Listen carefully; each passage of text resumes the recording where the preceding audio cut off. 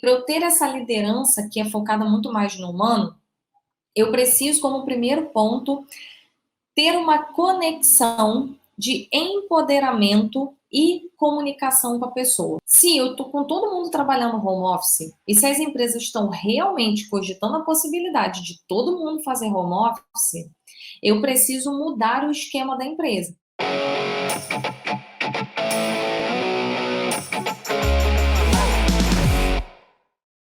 Boa noite! E aí, vamos então entender o que é o Papo FM. O Papo FM é um projeto que começou no início de outubro e a gente vem seguindo, é uma live recorrente, então não é uma live que vai parar de existir ao longo do tempo. A nossa proposta é ter todas as quintas-feiras, 19 horas, e toda sexta-feira, às 8h08 da manhã, os nossos encontros aqui, chamados de Papo FM. O que é esse Papo FM? Antes de explicar o Papo FM, explicar, meu nome é Lilian Cedreira, eu sou fundadora e CEO da Future Minds Consultoria, e nós somos uma consultoria especializada em carreira e inovação. O que isso quer dizer?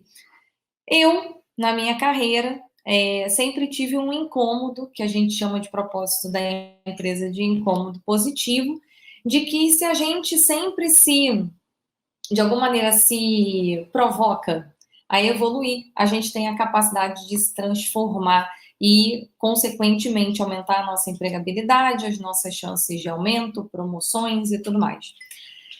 E baseado nisso, então, lá atrás eu fiz um planejamento de carreira para construir a minha consultoria, que é a Future Minds Consultoria. Em 2016, nasce a Future Minds Consultoria. E aí, a gente, durante todo esse tempo, fez todas as ações presenciais, afinal de contas.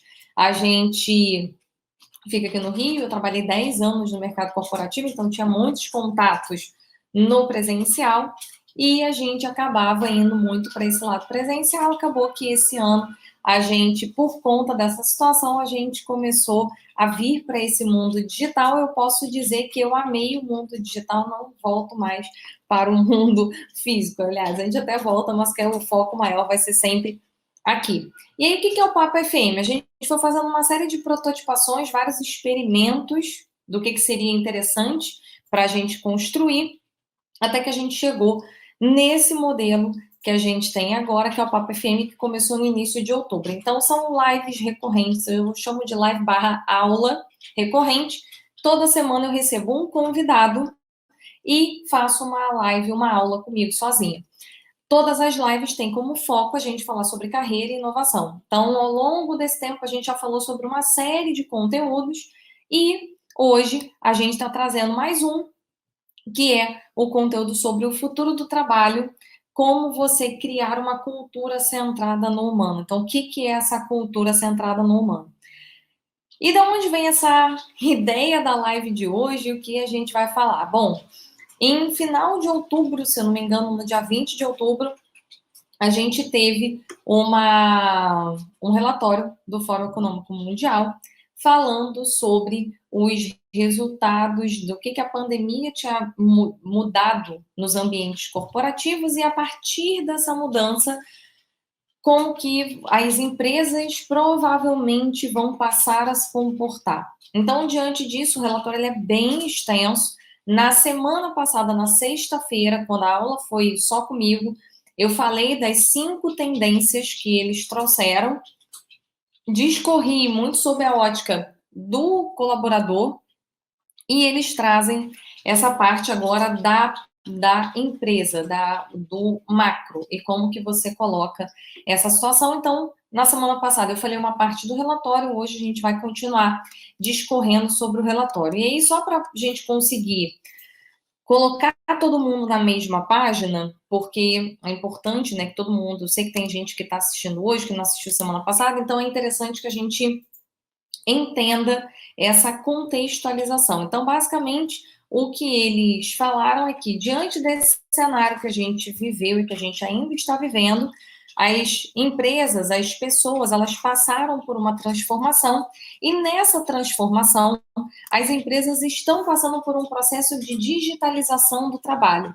Pode parecer, talvez, óbvio, porque a gente hoje está trabalhando home office, Mas o fato é que, diante dessas tendências, o que vai acontecer... Ah, que bom! É Ketrin.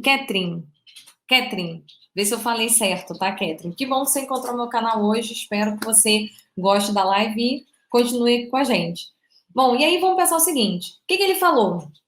A gente teve lá uma digitalização que lá no início, quando começou a pandemia, a gente achava que ia ser uma coisa temporária. Que bom que eu acertei, Ketrin. A gente achou que ia ser uma coisa temporária. Então, o que a gente entendeu? Ah, não, isso aqui vai ficar assim por um tempo, mas depois a gente volta ao processo normal. Porém, ai, gente, negócio que foi. Mas depois, gente, de tanto tempo, depois de 8 meses, a gente efetivamente mudou as condicionantes, as condições de temperatura e pressão das empresas, e agora a gente está passando por esse processo de forma efetiva. Então, se está passando por esse processo de forma efetiva, a primeira pergunta que é importante você se questionar e pensar é o seguinte: o quanto você teve de aprendizado ao longo desses últimos meses, né? Esses últimos 8 meses, quase 9 meses que a gente está em casa, né? Ou está fazendo home office, agora voltou para o escritório. Quais foram os grandes desafios que você teve, mas também quais foram os grandes aprendizados? Isso é uma coisa importante para se avaliar. E, na sequência, baseado nisso, então, ele fala o seguinte, que para redefinir esse futuro do trabalho, a gente tem 5 grandes pilares. E antes de eu falar desses 5 pilares, para a gente já ir para a parte de cultura, é importante trazer para você esse alinhamento sobre o futuro do trabalho. Quem está lá na minha lista de e-mails recebeu hoje essa informação, porque quando a gente fala de futuro do trabalho, eu sempre fico preocupada dessas terminologias que se tornam meio clichê, sabe? Todo mundo fala de futuro do trabalho, aí parece que é um termo da moda e que você está falando de uma coisa no futuro e que esse futuro não chega, ou que é um futuro que já está acontecendo, então não era para falar sobre o futuro do trabalho, e sim o presente do trabalho. Porém, o que a gente está vivendo agora, pessoal? A gente está vivendo uma fase de transição.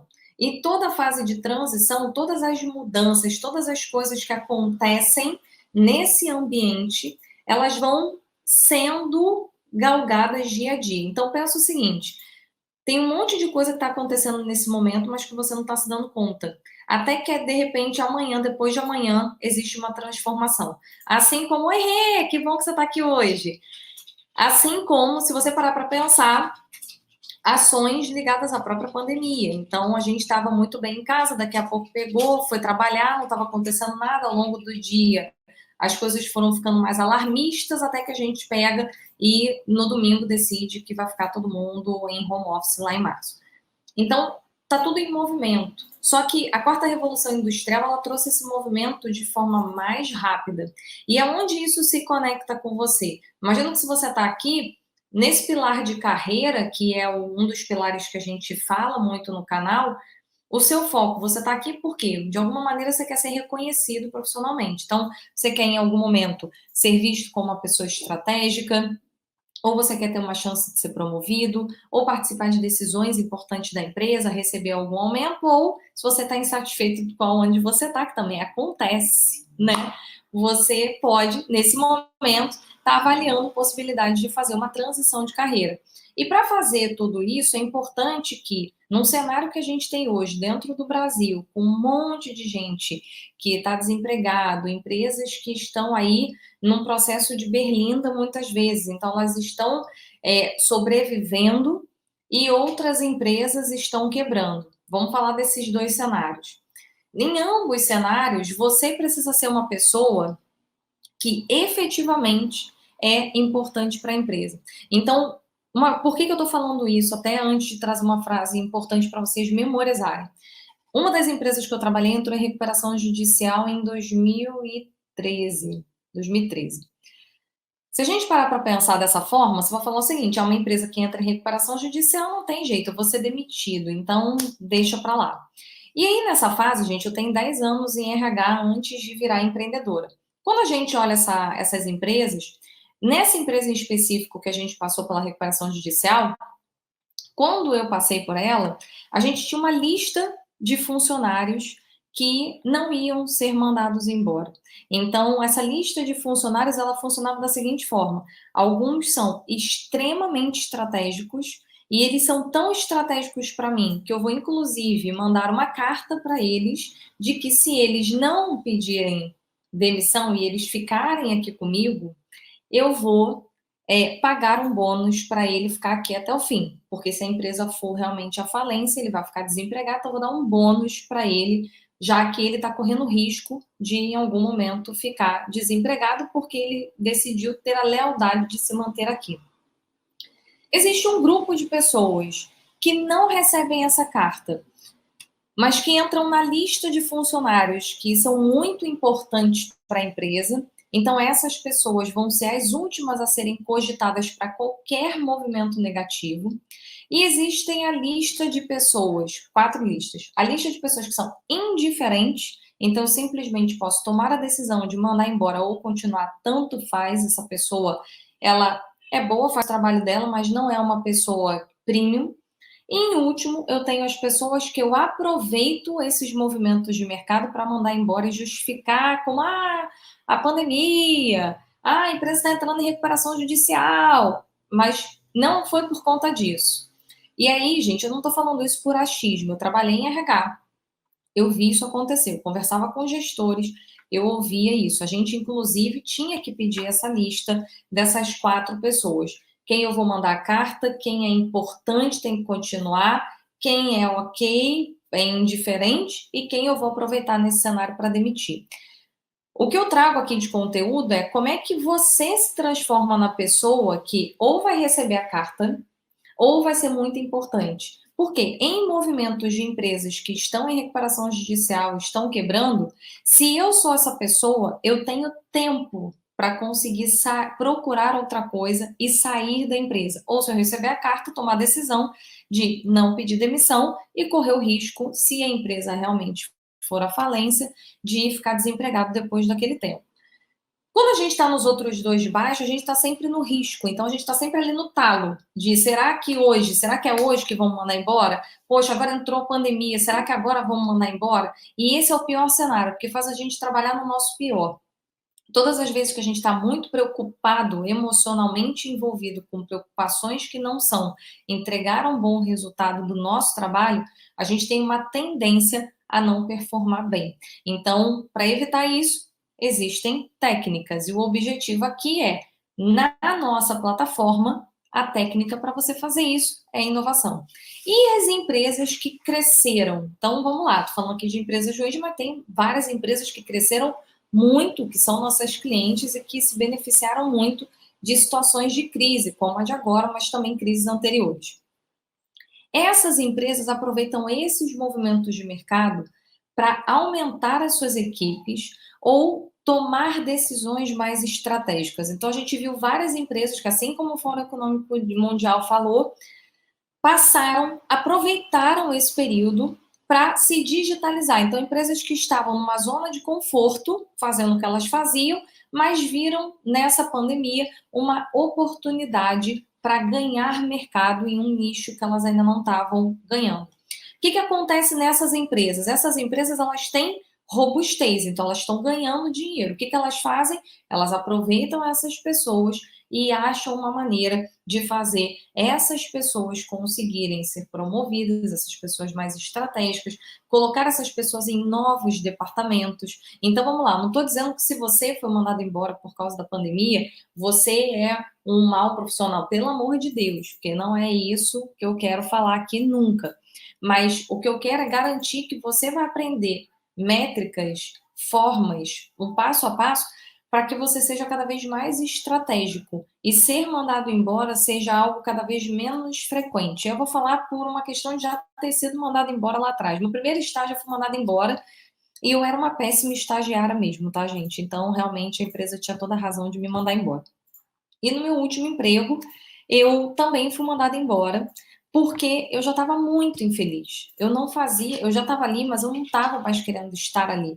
A bem da verdade, eu já tinha montado todo o meu planejamento de virar empreendedora, eu já tinha feito todas as metas que eu precisava concluir para abrir meu negócio, mas eu não tinha coragem. Eu tinha medo de fazer isso, eu tinha medo do que ia acontecer se eu abrisse meu negócio, e se não der certo, e se, e aí eu ficava postergando. Só que isso me fez ser uma profissional mediana dentro daquela empresa. Eu não era ruim, eu entregava os meus resultados, eu era uma gerente de treinamento dessa empresa, mas eu estava longe de ser uma profissional excepcional. Fora isso, nas outras situações, eu passei por recuperação judicial, empresas que foram vendidas para outras empresas, e eu tive a tranquilidade de não ter sido cogitada em nenhum desses movimentos. Então, o objetivo aqui é garantir que você também não seja essa pessoa que passa por essas instabilidades, essas inseguranças. E, para isso, se a nossa plataforma é carreira e inovação, do lado de inovação é onde a gente entende aqui que é um diferencial para você. Por que que inovação é tão importante e por que que hoje a gente vai falar sobre essa cultura centrada no humano, por exemplo? Quando a gente olha todas as estatísticas das empresas, a gente está passando pela quarta revolução nesse movimento de transformação. Então, as empresas elas estão precisando fazer algo para se manterem competitivas dentro do mercado de trabalho. Então, para pensar. As empresas estão cada vez com mais concorrência, é muito mais fácil, cada vez mais fácil eu ter algum tipo de concorrência e eu preciso me diferenciar do mercado. Para eu me diferenciar, eu preciso pensar em uma série de métricas. Então, eu preciso pensar de um lado no que é o meu funcionário, do outro, quem é o meu cliente, como é que eu entrego valor para ele, como é que eu trago os melhores talentos, porque hoje tem muitas empresas, então amanhã, hoje eu estou aqui, amanhã eu posso para uma outra empresa e está tudo bem. As pessoas têm menos apego ao mercado. Antigamente, se a gente pensar na nossa geração anterior, a geração X, era uma geração mais apegada àquele emprego. Então, eu consegui aquele emprego, por mais que eu odeie meu chefe, por mais que eu odeie a empresa, eu vou ficar ali até o final. Não é o caso da gente hoje. Hoje, as pessoas que entram nas empresas, se elas estiverem insatisfeitas, elas vão procurar outro emprego e vão embora. Então, as empresas estão precisando se reinventar, mas elas não sabem como fazer isso. Porque imagina você, a diretoria, tá lá há tempos naquela posição. E se ela tiver muito tempo de casa, se for uma diretoria mais antiga, digamos assim, ela ainda está com a cabeça, ainda está com aquela mentalidade apegada ao estilo passado. Então ela sabe que ela tem que se transformar, mas ela não faz a menor ideia de como ela vai fazer isso, porque ela não foi educada para esse processo. Então, como ela não foi educada para esse processo, ela precisa de pessoas que tenham essa mentalidade e que façam essa transformação. E aí, antes da gente falar sobre essa cultura centrada no humano, tem um ponto importante. Você pode pensar assim, Lilian, isso não é para mim. Afinal de contas, a minha empresa é super tradicional, não tenho o menor interesse em fazer ações ligadas à inovação. E aí o que eu posso te dizer é o seguinte: a empresa ela pode não ter a consciência de que ela quer, mas ela precisa. E aí você pode fazer isso de forma bem simples dentro da sua área e ganhar pouco a pouco essa escala, essa robustez, ou você pode simplesmente esperar. O que vai acontecer é, a empresa em algum momento ela vai ter que se movimentar. Então, ou ela vai fazer, ou ela vai ser empurrada. Então, ou ela toma a decisão para fazer, ou ela vai ser jogada a fazer. Só que na hora que ela é jogada a fazer, ela corre um risco enorme, que ela corre um risco de não conseguir mais acompanhar o mercado. E aí tem uma questão aqui, Lilia, mas tudo que você me disse, ok, mas a minha empresa vai preferir se jogar do precipício a fazer algum movimento de transformação. Então, eu tenho um recado para te dar. Pensa se você quer ficar nessa empresa, porque talvez ela não vai conseguir sobreviver muito tempo. Então, avalia se faz sentido para você. Eu já começo a se movimentar agora. E isso aconteceu comigo, tá, gente? Vi algumas empresas que eu falava, o negócio aqui vai ficar esquisito em algum momento.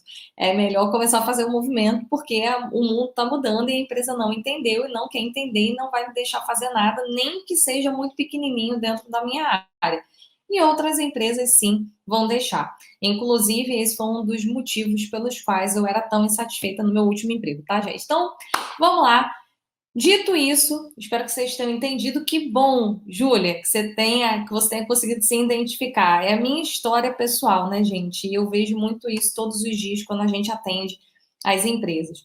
E aí, baseado nisso, então, o Fórum Econômico Mundial ele avalia 5 grandes pontos de transformação no mundo dos negócios. Primeiro ponto que eles falam é: as empresas vão precisar alinhar tecnologia com as competências das pessoas. Eu vou ter uma live mais à frente, provavelmente na semana que vem, falando detalhadamente sobre as competências que são esperadas pelos profissionais, que estão sendo mais requisitadas e que estão sendo mais bem pagas no mercado. Então, o ponto principal para a gente raciocinar é o seguinte: o que hoje o mercado entende como premium para um profissional? E como que eu me torno esse profissional premium? É aqui que está a chave do negócio. Então, sempre pensem o seguinte: para eu entrar numa empresa, para eu conseguir cogitar, negociar uma boa base salarial, eu preciso ter um posicionamento diferente da maioria. Porque se a minha competência, as minhas características são de massa, consequentemente, eu estou discutindo bases salariais de massa. Quanto mais diferenciado eu for, mais diferenciado eu consigo negociar os meus salários, as minhas promoções, eu consigo cogitar reconhecimento profissional, aumento no meu salário, eu consigo ir para um processo seletivo tendo uma boa justificativa de por que eu tenho que receber aumento, e a gente vê isso todos os dias. Alunos nossos que são promovidos, que recebem aumentos, eu tenho um caso de um aluno que para mim é o caso mais interessante de todos. A gente fez uma métrica desde que ele foi meu aluno até agora, estou falando de 2017 a 2020, e ele teve 290% de aumento no salário. 290%, gente, é muita coisa. E ele conseguiu fazer isso justamente aplicando algumas coisas que a gente fala aqui, afinal de contas foi nosso aluno, né? Então o mínimo esperado era isso. Mas o fato é que hoje ele é diferenciado dentro do mercado, então fazer esse alinhamento entre tecnologia e competências é um dos fatores importantes. A gente vai falar mais sobre essas competências na semana que vem. Além disso, ele fala o seguinte: eu preciso transformar o ambiente de trabalho em um ambiente que eles chamam de work design. A gente falou sobre isso na semana passada, então eu não vou entrar nessa live de hoje, mas o foco é só para vocês, para a gente conseguir alinhar, principalmente a Júlia, que está entrando hoje aqui, a Renata também entrou hoje aqui. Eu sei que tem pessoas que estão entrando pela primeira vez, a Catherine que falou. E aí vamos pensar o seguinte: o work design as empresas precisam mudar as estruturas, então a gente fala muito de criação de um escritório mais premium, onde eu só encontro as pessoas para falar sobre ações de criatividade, e esse ambiente de trabalho ele precisa ser redesenhado. Então, se eu vou colocar questões remotas, eu preciso avaliar todas as políticas da empresa, eu preciso avaliar como eu cobro o resultado, eu preciso avaliar como eu engajo as pessoas. Então, a gente fala sobre isso, isso tem tudo a ver com o assunto de hoje também. Ele fala sobre... Oi, Adriana, que bom que você chegou. Ele fala também sobre como que você abraça esse capitalismo da empresa, então faz as pessoas terem a consciência da importância dos resultados financeiros para o negócio. E ele fala sobre o ponto que a gente vai falar hoje, focado em como criar uma cultura de liderança que constrói uma cultura de centro do usuário, centro do humano, desculpa. Porque a gente já falava lá atrás de como é que eu crio uma experiência centrada no usuário. Depois a gente falou sobre como criar uma experiência centrada no funcionário, né, no colaborador. E agora a gente está falando sobre como construir essa liderança baseada nessa cultura que eu foco o humano dentro desse centro do processo. Então, não é o colaborador, é o humano, é quem está por trás daquele funcionário, as histórias por trás daquele funcionário. Então, deixa eu passar aqui. A gente falou semana passada sobre reskilling e upskilling, sobre a importância de você pegar o que você já sabe, colocar caixinhas em cima dela, então pegar o que você já sabe e botar as atualizações em cima desses conhecimentos, uma vez que o mundo está em transformação, mas também ter a capacidade, a resiliência, o desapego de saber que você vai em algum momento ter que desaprender coisas que você aprendeu para reaprender como você faz isso de uma nova forma, uma vez que o mundo se transformou. E aí a gente vem então para essa liderança centrada no humano, né? E falando muito dessa questão do centrado no colaborador, mas ele fala muito centrado no humano, que para mim é muito maior do que centrado no colaborador. Eu estou botando vocês um pouquinho aqui de lado, gente, porque eu monto sempre uma apresentação para me guiar durante a aula, para garantir que a gente vai conseguir passar aí o maior nível de conteúdo. Que bom, agora que eu estou vendo aqui, gente, as mensagens no YouTube também. Renata falando, meu último emprego foi o único que fui mandado embora. Foi o único que eu fui mandado embora. Tenho certeza que foi por conta de dar preferência a amigos dos amigos. Bom, vou falar sobre isso também. Que bom que vocês estão se identificando. E agora que eu vi, Adriana, que você estava lá no YouTube. Mas que bom, gente. Então vamos lá. Estamos aqui. Passei aqui no YouTube para dar um oi. Voltando então. Vamos lá, vamos pensar o seguinte. Antes da gente falar sobre os pontos que o Fórum Econômico Mundial falou, eu quero falar um pouco sobre o que é essa experiência centrada na pessoa, no humano. E quando a gente pensa em jornadas e pessoas focado na experiência do cliente.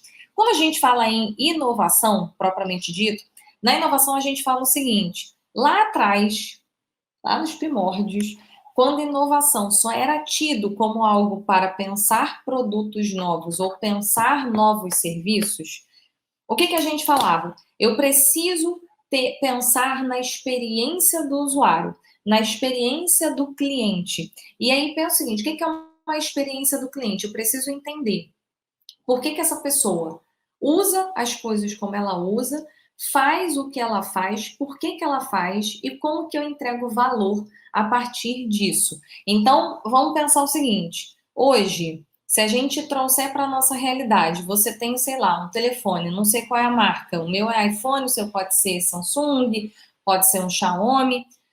Por que você comprou essa marca? Por que essa marca para você foi interessante? Foi porque foi preço? Foi a qualidade? Foi bateria?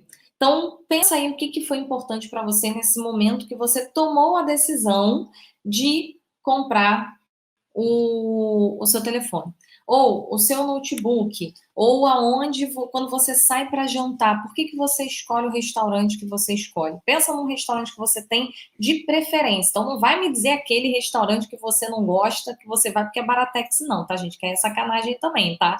Pensa aqui naquele restaurante que você gosta, então que você reserva para momentos que você quer comemorar, ou que são especiais, ou quando você quer encontrar com família, aquele lugar que é mais especial para você. O que te fez ser levado até lá e por que aquele lugar se tornou especial? Quando você começa a entender isso, a gente aqui tem a sua experiência. O que a gente tem que fazer? A gente precisa dar um passo atrás enquanto empresa e entender o seguinte: se esse lugar é especial para esse meu cliente, por que ele é especial? Então vamos pensar o seguinte: o que é interessante para essa pessoa? É a comida, é a bebida, é o atendimento. Então hoje, só para vocês entenderem, o Outback ele trouxe muito isso. Então o Outback, quando ele foi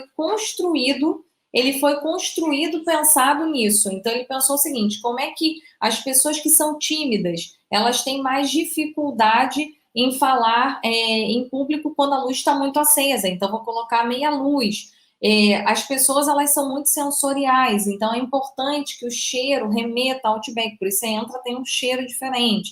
É importante que o garçom não fique numa postura de garçom, então ele não é um garçom, ele é um atendente.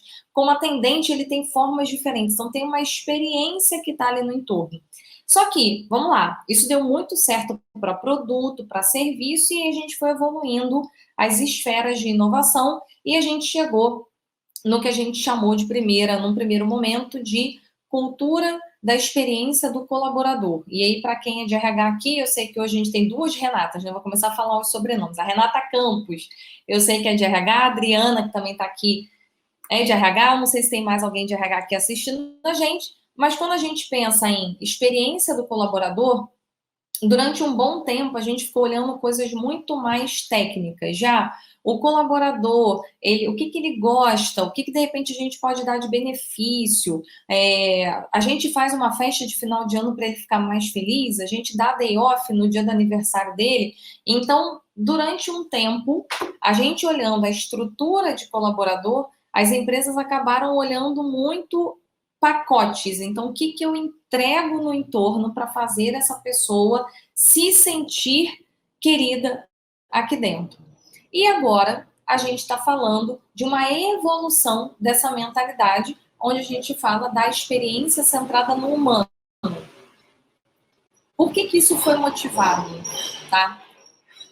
Experiência centrada no humano. Então vamos raciocinar. Se antes era experiência no cliente, depois virou experiência no funcionário, e agora eu estou falando de experiência no humano, um centro no humano, é porque eu estou entendendo que existe uma parte que não estava sendo avaliada até então. E essa parte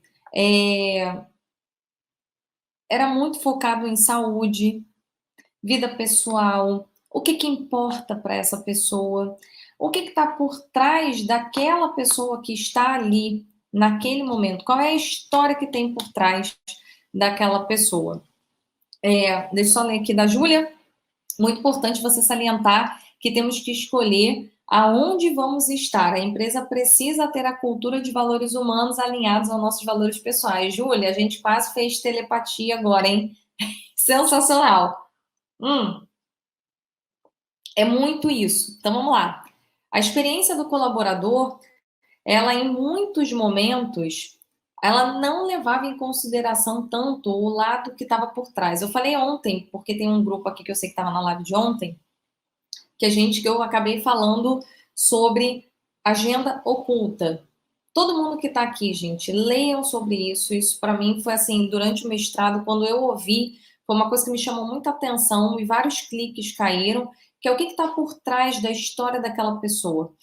Será que ela trabalha aqui porque ela precisa? Sabe? Será que ela trabalha aqui porque ela gosta de trabalhar aqui? Será que ela trabalha aqui porque ela tem medo de sair e não dar certo? Então, existem todas essas pessoas dentro da empresa. Se você é líder, você tem pessoas na sua equipe. Poxa, a Júlia estava me falando que ela tem 100 pessoas, tinha, né? 100 pessoas na equipe dela. Claro que dentre as 100, tem as pessoas que amavam a empresa, tem as pessoas que estavam ali pelo salário, tinham pessoas que estavam ali porque tem preguiça de procurar outro lugar, tem pessoas que têm medo de sair, não gostarem de outros lugares, tem de tudo. E no momento que a gente tem de tudo, eu preciso entender essas agendas ocultas. Só que aqui a gente passa a ter um desafio, né? Porque pensa o seguinte, se eu tenho que entender, se eu tenho que olhar muito mais o humano, quem está por trás, a história dele, e a gente traz isso agora à tona, porque imagina, durante a situação que a gente teve, né, esse ano, várias pessoas nas empresas tiveram perdas, então pessoas que tiveram problemas na família, podem ser tanto de vidas, mas também financeiro, e isso tem impacto nas pessoas.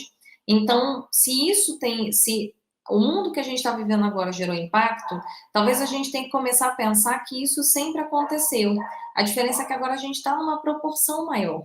Então, por exemplo, era muito difícil para algumas empresas ouvir a gente trazer algum problema. Eu já trabalhei em empresa que eu tive orientação do meu gestor que, enquanto a gente estivesse ali dentro, a gente tinha que estar sempre feliz. E que a gente tinha que sempre sorrir. E, gente, desculpa, tem dias que não tá dando para sorrir, né? A gente nem sempre tá super feliz, super animado. O pessoal que a Adriana que me acompanha em todas as lives já me viu live com sono, live rouca, live com cara de quem tinha acabado de acordar, live tudo. Tem live às vezes que eu tô aqui com a pessoa, mas tecnicamente minha cabeça tá em outro lugar. Faz parte do jogo e a gente precisa começar a entender isso. E aqui pois é, nem todo mundo é líder, né? Mas, assim, orientação, gente finíssima, tá? Não tô falando mal da pessoa, não. A pessoa era gente boa. O problema era falar uma frase dessa, né? Loucura total. E o primeiro ponto que ele fala é o seguinte: eu vou falar de jornada do colaborador hoje, jornada da pessoa, da sua persona, tá? E aí a gente fala um pouco sobre o que é isso, eu acho que é importante para vocês, mas vamos trazer para o relatório fala o seguinte, que para eu ter essa liderança que é focada muito mais no humano, eu preciso, como primeiro ponto, ter uma conexão de empoderamento e comunicação com a pessoa. Então vamos lá, o que ele fala? Se eu estou com todo mundo trabalhando home office e se as empresas estão realmente cogitando a possibilidade de todo mundo fazer home office, eu preciso mudar o esquema da empresa. Porque o que aconteceu? Muita empresa foi para o home office, mas todas as estruturas continuaram centralizadas. Então, o que aconteceu? Todo mundo está longe um do outro, então a comunicação ela se torna mais desafiadora, sim. Tem um monte de coisa legal no home office, mas isso é um desafio.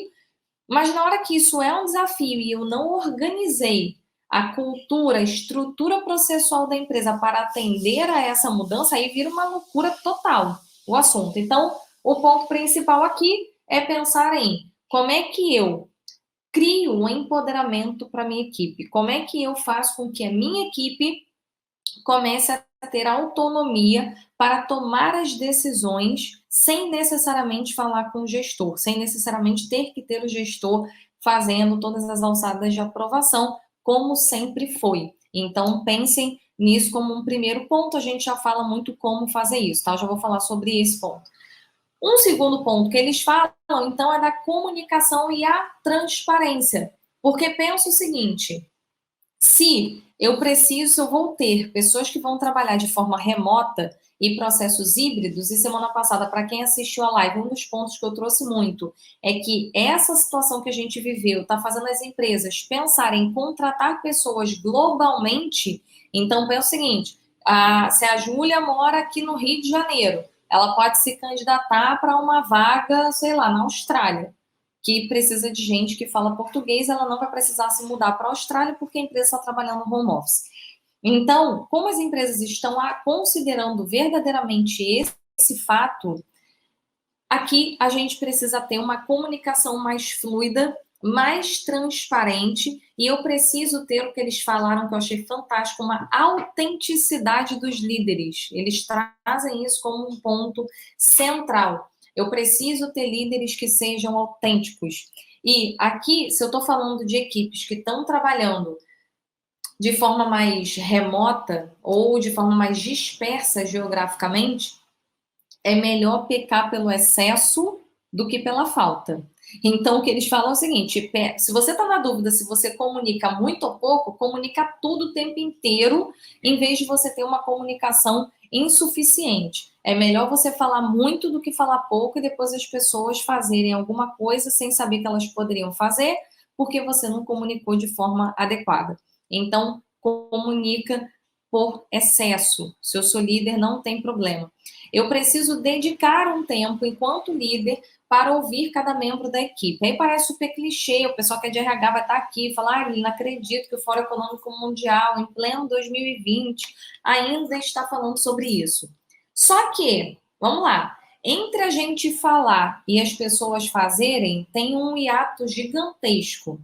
Então, o que eu mais vejo é, a gente, desde que o mundo é mundo e que recursos humanos foi criado, as pessoas, a gente fala sobre dedicar tempo em ouvir os membros da equipe, mas em toda a aula que eu dou, e eu pergunto para os alunos quantas horas da semana aquele gestor levou para conversar com aquela pessoa, o que eu escuto é que essa pessoa não fala com o gestor há meses, que não seja coisas ligadas ao trabalho. Então, aqui não é ouvir, conversar com o membro da equipe para falar de trabalho, gente, porque isso aí é o mínimo esperado por um líder. É você efetivamente conversar para saber daquela pessoa, ter curiosidade sobre a história da pessoa.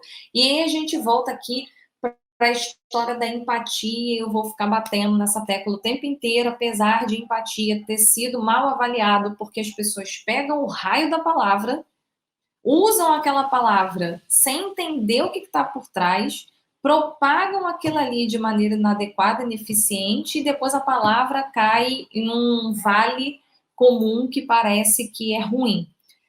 Vamos lá, a empatia é eu me colocar no lugar da pessoa. Super difícil fazer isso, né? É muito difícil a gente se isentar completamente das nossas opiniões quando eu converso com alguém. Mas, quanto mais curiosidade eu tiver sobre a história de uma outra pessoa, ele pode ser meu colaborador ou uma outra pessoa qualquer, eu me abro a conhecer mais essa pessoa. E quanto mais eu conheço, mais empático eu me torno com ela. Existem alguns estudos, inclusive, que mostram que para eu virar amigo de alguém, né, para eu efetivamente considerar que eu posso abrir a minha história para aquela pessoa, eu preciso ter, em média, se eu não me engano, 100 horas. de convívio com essa pessoa. Então, a partir dessas 100 horas, digamos assim, eu começo a me sentir mais à vontade para falar com essa pessoa, e aí eu começo a me abrir e essa pessoa efetivamente começa a ser uma pessoa confidente. E aí minha pergunta para vocês que são líderes é quanto tempo a gente dedicou? Aí vamos lá.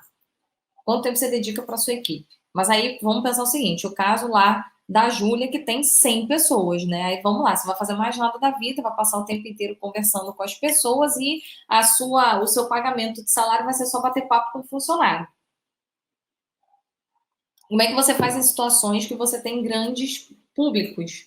Fazer algumas ações, algumas atividades que você consiga conversar com públicos menores, mas não com todo mundo, mas em ações mais ligadas a networking. Ou, se você tem uma estrutura muito grande, provavelmente você tem uma estrutura hierárquica. Então, você não tem todo mundo embaixo de você, provavelmente no mesmo patamar. Você deve ter algumas pessoas que são acima, supervisores ou coordenadores. Então, pega essas pessoas que estão no primeiro nível, são as pessoas que você mais vai entrar para se aproximar, para que ela tenha a capacidade de te contar o que está acontecendo, e essas pessoas você vai estimular que faça esse trabalho para baixo, e você vai escolher aleatoriamente algumas pessoas de baixo para que ao longo do tempo você se aproxime delas. Essas pessoas, você não vai criar uma intimidade muito grande, mas você vai ficar perto dessas pessoas. Se você não tem, porque, gente, eu dou aula há 4 anos, né? Então eu já conheço todas as coisas, quando eu falo, o que a pessoa vai estar pensando. Se você não tem, todo mundo ali é igual, todo mundo está na mesma estrutura. O que você vai fazer nesse caso? Você vai elencar pessoas que você entende que estão com nível de maturidade em performance. Eu não vou falar muito sobre isso, porque isso seria uma outra aula só falando sobre nível de maturidade de equipe, mas existem pessoas que estão no nível de já estarem mais estabilizadas com aquele dia a dia, com aquela rotina, já entendem, já performam muito bem no trabalho. E além de performar muito bem, elas normalmente são as pessoas que são integradoras das equipes. Então, quem entra novo, normalmente essa pessoa ajuda, essa pessoa tem um bom conhecimento sobre a área. Então, elenca essas pessoas e coloca essas pessoas para ser o seu braço direito na conversa e nesse contato pessoal com as pessoas de base. Quanto menor a sua equipe, mais você precisa dedicar. O que eu falo para as pessoas é, quando entra alguém novo na equipe, faça isso uma vez por semana, a pessoa começa a criar uma intimidade com aquele dia a dia, espaça para 15 dias, e depois, com o tempo, você pode espaçar para um mês. Então, ó, se você, Júlia, fazer isso de forma intuitiva, já coloca aí no seu pitch de entrevista, tá? Porque isso é uma coisa importante para você falar sobre como você lidera as suas equipes. Então, ó, fica com essa dica para o seu processo de entrevistas. Aí, vamos lá. Um outro ponto que ele fala é da autenticidade. E aí, gente, aqui é um cenário interessante para a gente falar. Agora eu estou conseguindo acompanhar mais o pessoal aqui do YouTube também, tá? Que eu vi que vocês ficaram quietinhos porque eu fiquei um tempo sem responder ninguém daqui. Pense o seguinte, o quanto vocês... logicamente, a gente não pode falar tudo, né? Tem várias coisas que a gente tem de informação que a gente precisa segurar. Mas o que você pode falar da equipe para que a equipe consiga ver em você uma autenticidade sobre a sua história. E aqui ele está trazendo algumas dicas de autenticidade lá no relatório. Eles falam o seguinte, que é importante que os colaboradores da sua equipe, nesse momento que a gente vive agora, eles conheçam as suas responsabilidades enquanto líder e família. Aí olha só que interessante, né? Lá no início, e ainda acontece, mas lá no início era pior. Lá no início da pandemia, quando a gente começou a fazer home office, eu particularmente eu tenho 4 gatos. E aí, quando às vezes o meu gato subia aqui na mesa, ou subia aqui atrás, eu via que ele ia acabar aparecendo nos vídeos, eu ficava desesperada. Então era um tal de acionar marido para o marido tirar o gato, pegar e botar as mãos aqui dos lados para ver se o gato não aparecia. Porque a sensação que eu tinha a pessoa tem que ter a sensação de que esse ambiente é um ambiente altamente profissional. Como é que ele vai ver meu gato? E aí, à medida que foi passando o tempo, fui me desacelerando nisso, meu gato já foi uma pessoa que apareceu, uma pessoa é ótimo, né, gente? Vocês veem que eu considero um humano. Ele já apareceu em várias lives, era o meu co-host das lives, inclusive, uma figurinha. E eu vejo isso acontecendo em várias reuniões que eu participo por vídeo, que às vezes a criança entra, as pessoas pedem desculpa que a criança apareceu no vídeo. Qual é o problema disso? Você está dentro da sua casa.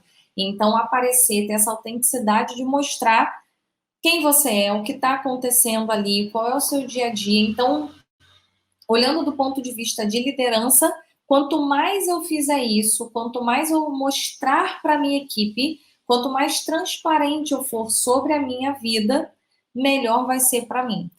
E aí aqui tem um ponto que a gente, acho que eu não lembro se eu falei numa live ou se foi em algum evento em company, enfim, não consigo mais lembrar. Mas em um, a gente falou muito sobre o líder falar sobre as suas vulnerabilidades para a equipe, o quanto isso era bom ou ruim, porque em algumas situações a pessoa foi orientada a não falar que ela estava mal para a equipe, porque isso enfraquecia e que ela, como líder, não poderia nunca estar mal.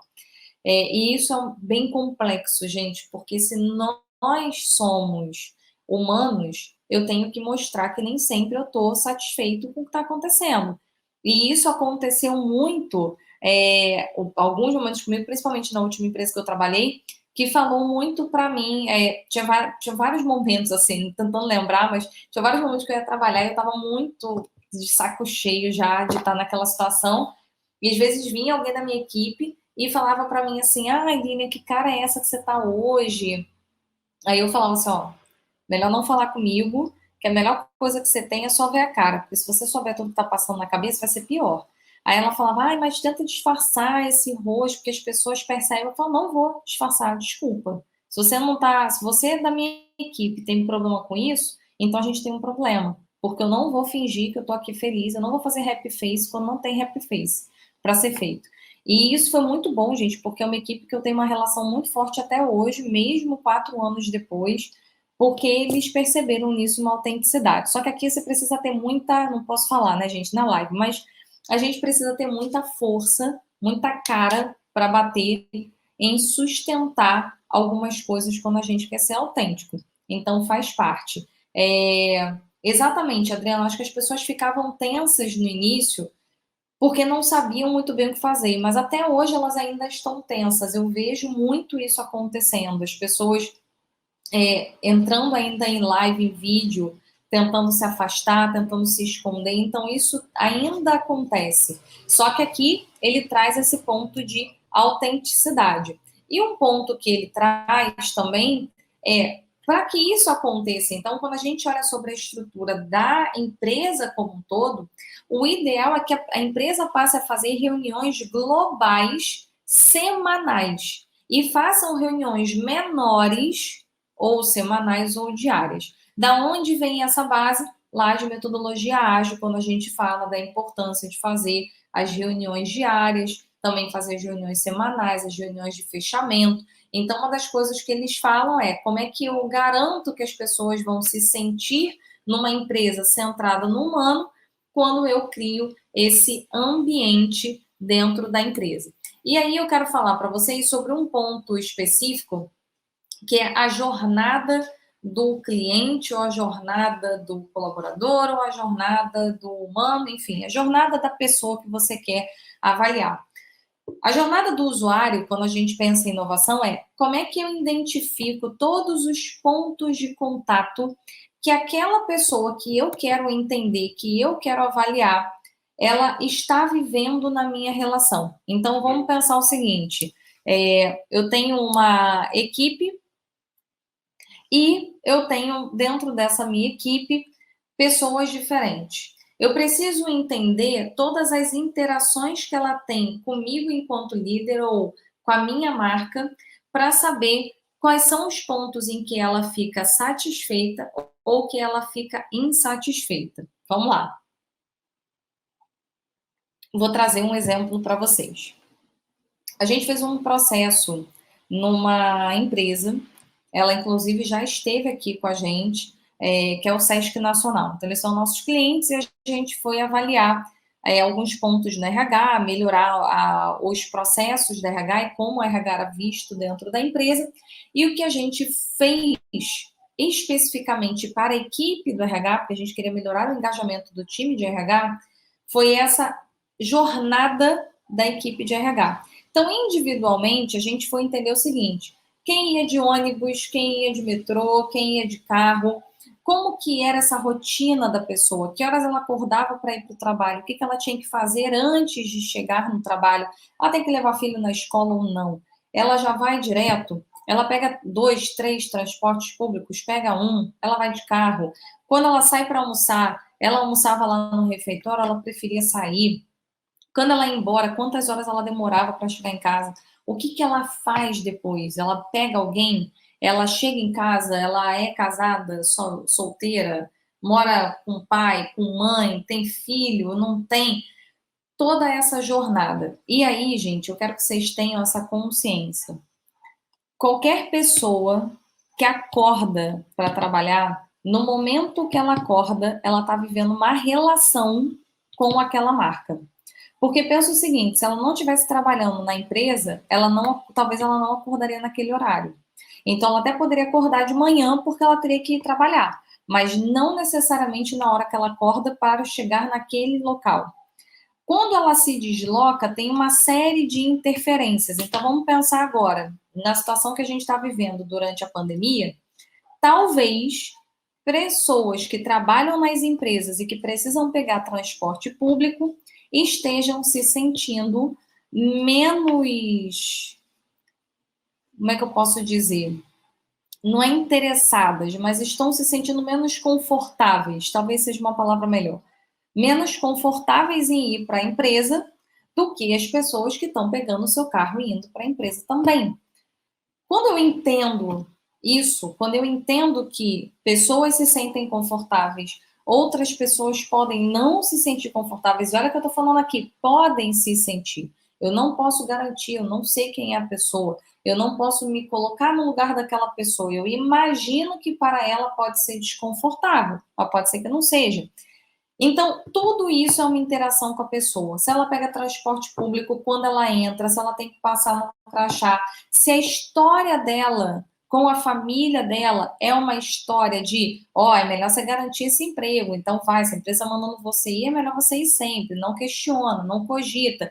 E aí ela guarda tudo para ela fala. Quando ela está ali, ela se sente confortável em sair para almoçar ou não, ela está levando comida ou não, por que ela está levando comida, por que ela come na rua, o que acontece ali, o que as pessoas falam para ela, o que ela escuta de parentes, amigos, outros colaboradores sobre essa situação que a gente está vivendo. E quando ela vai embora, o que ela faz? Como que é? O quão cansativo é ela chegar dentro de casa e fazer tudo de novo, e lavar roupa, e jogar tudo para lavar, porque não pode segurar e tomar banho, não sei o quê. Como que é essa experiência para ela? Como é que ela sente esse processo? Quando a gente faz essa jornada, a gente descobre muitas informações. Então, quando a gente fez a jornada do SESC, por exemplo, a gente descobriu que existiam pessoas que pegavam transporte público e para chegar no escritório deles, essas pessoas se sentiam desconfortáveis porque elas tinham que passar por uma ponte e essa ponte tinham assaltos. Então, existe uma recorrência de assaltos ali.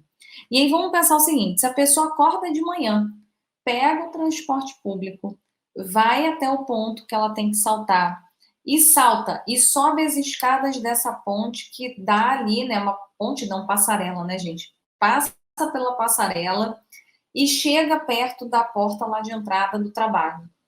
E essa passarela foi um momento de tensão.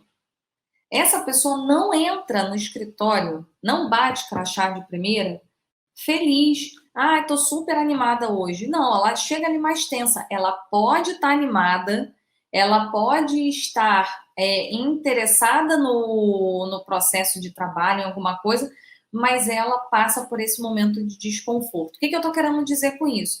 Que se eu pego esse momento de desconforto da pessoa e assim que ela entra na empresa, eu já abarroto ela de coisas que ela tem para pensar, coisas que ela tem para resolver, e situações, não sei o quê, essa pessoa que passou por um momento de tensão, ela tende a piorar. Então, ela vai pegar esse momento de tensão e canalizar nessa situação e vai começar a trabalhar mal. Então, ela vai ou te dar um fora, ou ficar chateada com você, vai ficar o dia inteiro de cara emburrada, ou vai entregar esse trabalho mal feito e depois, no final, a gente ainda fica chateada com a pessoa.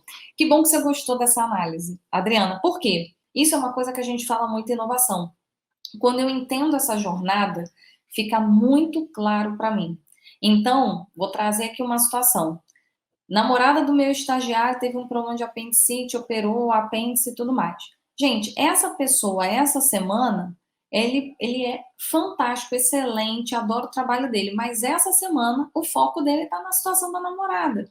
Como eu dediquei ele um tempo em entender o que está acontecendo, quando eu ouvi isso, para mim ficou nítido que a forma como a gente estava fazendo a reunião de análise aqui de rede social e o que a gente ia fazer essa semana, que ele estava diferente. Então, o que eu tomei a decisão? Vou falar menos, vou deixar ele fazer aqui um operacional, que ele vai tocar o operacional, que ele vai entregar, e daqui a pouco, de repente, ele acalma, sei lá, ele recebe uma mensagem dela, fica mais tranquilo e ele vai performar melhor a partir daí.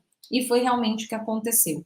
Então, é importante a gente ter esse olhar da jornada da pessoa. Isso toma tempo, mas é essencial. E no momento que a gente começa a entender essa jornada, fica muito claro para a gente o que a gente tem que fazer, como que a gente deve agir. Então, esse ponto, para mim, eu acho que todas as ferramentas são incríveis, mas a jornada realmente, ela traz informações, insumos muito importantes quando a gente fala sobre criar uma cultura centrada no humano, porque se eu não souber essas interações pré e as interações pós, desculpa, gente, a gente pode fazer a coisa mais mirabolante do planeta, que a gente não vai conseguir ser bom dentro das estratégias de uma cultura de liderança centrada no usuário, centrada no humano. Porque no final do dia, a gente não sabe direito sobre a história daquela pessoa. Então, não é óbvio, né, Júlia, assim, efetivamente não é óbvio, muito pelo contrário, eu ainda não vejo isso acontecer. E quando eu li o relatório falou sobre essa preocupação do centrado no humano. Hoje, relatórios do Fórum Econômico Mundial não falam muito no como, né? Eles falam muito só no, ó, cria lá, né? Pensa em uma reunião, eles trazem alguns insights. E aí, estudando o relatório, eu vi que isso fazia muito sentido. E aí, para a gente fechar, ele fala então da importância de criar programas focados em saúde mental e bem-estar. E aqui, gente, mais uma vez, se eu estou pensando numa jornada do colaborador, para montar essa jornada do colaborador, pelo amor de Deus, não entrem na empresa de vocês querendo montar grupo de corrida. Porque às vezes você cria um grupo de corrida, a pessoa tem que acordar 5 horas da manhã para parar lá no Hike Sparta para correr, e essa pessoa não vai fazer isso, porque ela mora longe, porque ela tem filho pequeno, porque ela não consegue, a família fica puta, porque acha que é coisa de trabalho. Às vezes a pessoa vai porque acha que a empresa vai avaliar isso nela e que o gestor vai ficar chateado se ela não for. Então, olhem essa jornada. Essa jornada tá rindo, né? Porque é isso, Júlia. Eu já vi muito isso acontecer. Já fui de grupo de corrida, inclusive de empresa, e já tive que acordar 5 horas da manhã para montar barraca. Então, pensem nessa jornada e pensem para quem vocês vão fazer. Para a gente fechar, gente, recadinho de chave de ouro. Se eu tenho empresas muito grandes, então pensem que a gente hoje atende grandes empresas também. Quando a gente fala do Sesc Nacional, estou falando do Sesc do Brasil inteiro.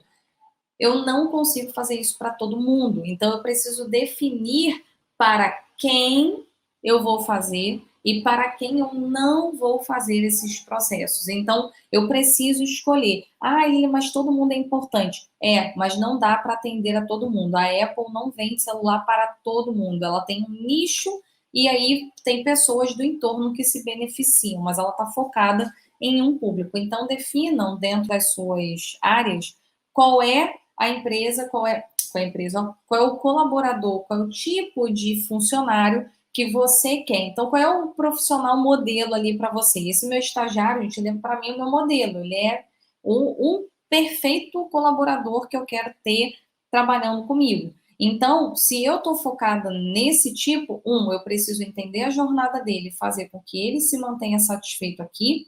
E eu preciso achar formas de que a minha comunicação atraia pessoas iguais a ele. Eu não estou atendendo a todo mundo, gente. Eu já mandei muita gente embora. Vou falar isso em outras lives, porque faz parte do processo. Então, a gente atende a públicos. Quem é o mais crítico, depois eu vou atendendo as outras áreas, mas escolham sempre o crítico para começar. E aí, baseado nisso, então a gente fecha, deixa eu até ver aqui minha apresentação, ver se tem algum item que eu não citei. Não, eu falei tudo da semana passada essa semana, e aí na semana que vem a gente vai falar sobre essas competências. Então, eles listaram 15 competências esse ano, eles normalmente listam 10, eles listaram 15 dessa vez, e essas 15 competências eu vou detalhar um pouco mais, algumas em específico, e vou falar também sobre dicas de como que você desenvolve isso, como que você passa a ter essa competência e usa isso num pitch de venda pessoal. Como é que você usa isso num pitch para se vender internamente, para participar de um processo seletivo. Então, é importante ter essa consciência, essa inteligência de aprender as competências que são necessárias, mas saber vender, porque senão é o que eu falo para todos os meus alunos. Não adianta você ter bola de cristal. Nenhuma empresa consegue imaginar o que você sabe. Você precisa ventilar essa informação para que a empresa tenha esse conhecimento. Então, ventilar a informação. Ora, está aqui no marketing digital, e também, ora, está no nosso pitch na hora que a gente faz um processo seletivo ou participa de alguma possibilidade de promoção dentro da empresa. Pessoal, boa noite e nos vemos amanhã. Tchau, tchau.